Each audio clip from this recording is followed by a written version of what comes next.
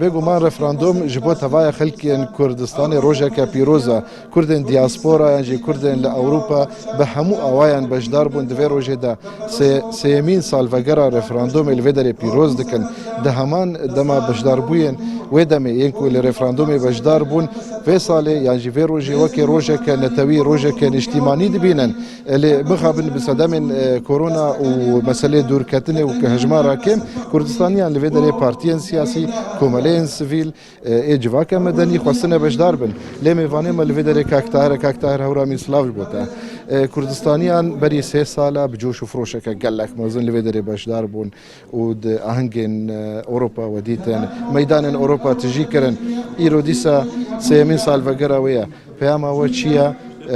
û nûneratiya we li vê derê diger revenda Kurdistanî vê peyamê hûn çawa digînin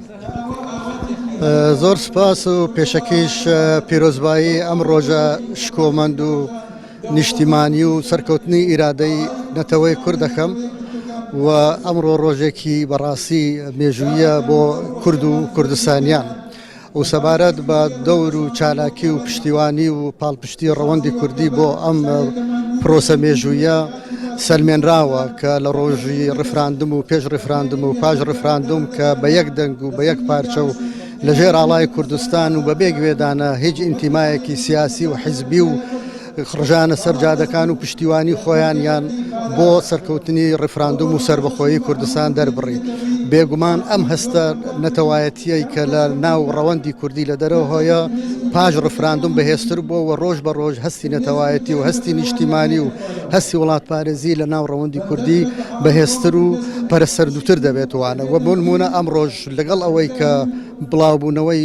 پەتای کۆرۆنا لە سەرتاسەری جیهان و بەتایبەت لە وڵاتەکانی تری ئەوروپا کە لە هەڵقشانێکی تازەدایە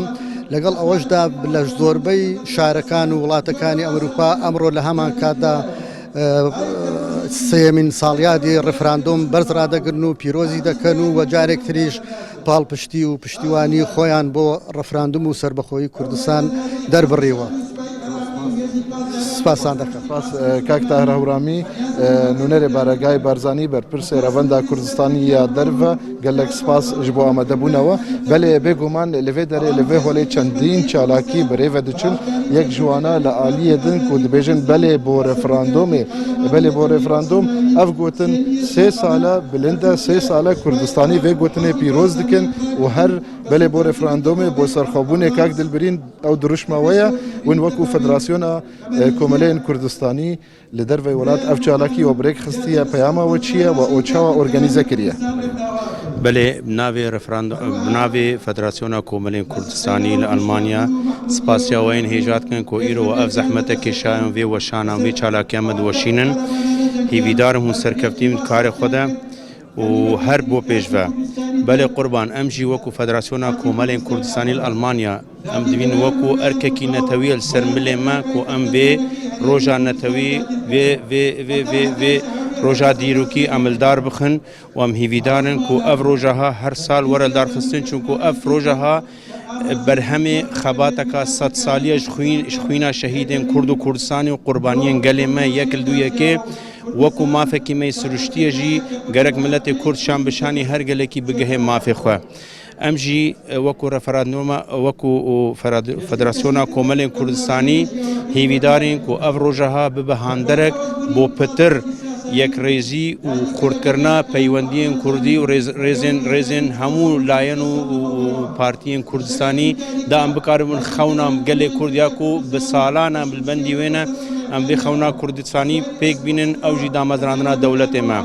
her vê helkeftina pîroz bi navê Federasyona Komeleyên Kurdistanî pîrozbayeka germ û ji dil arasteyê Serok Barzanî endaziyarê vê roja pîroz û xemxorê gelê me dikeyin û pîrozbaya gelê Kurd dikeyin û hîvîdarên milletê me tim dixweşî û şadiya bin careka dî spasiya we yên hêja dikeyin. Spas destxweş. Kak Dilbirîn serkeftî bin bêguman li vê derê çalakiyek birêve diçe ji çendîn gotarên partiyên siyasî yên tevaya Kurdistanê nûnerê wan li vê derê amade ne wisa jî semînar li vê derê tê derbas dibin çê dibin gotûbêj li ser referandûmê û giringiya wê ji bo Kurd û Kurdistanê û tevaya Kurdên diaspora û cîhanê jî tê kirin. Belê.